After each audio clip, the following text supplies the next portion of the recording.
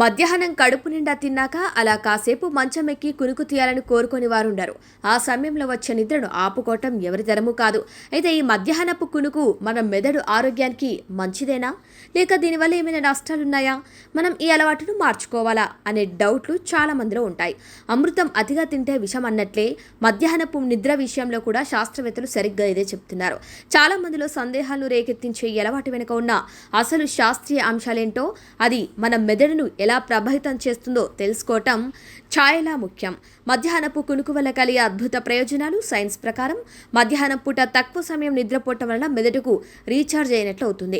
మెదడు వృద్ధాప్యాన్ని నివారిస్తుంది. పగటి పూట క్రమం తప్పకుండా చిన్న కునుకు తీస్తే వ్యక్తుల మెదడు పరిమాణం ఇతరుల కంటే పెద్దదిగా ఉంటుందని కొన్ని అంతర్జాతీయ అధ్యయనాలు చూపిస్తున్నాయి. ఇది మెదడు త్వరగా ముసలిదైపోకుండా నెమ్మదింపజేస్తుంది. జ్ఞాపక శక్తి సూపర్గా పెరుగుతుంది. పగటి పూట తీసుకునే చిన్న కునుకు మనం రోజంతా నేర్చుకునే సమాచారాన్ని దీర్ఘకాలిక జ్ఞాపకాలుగా మార్చుకోవటానికి మెదడుకు సహాయపడుతుంది. స్టూడెంట్స్కి, ఆఫీస్లో వర్క్ చేసేవారికి ఇది బాగా పనిచేస్తుంది.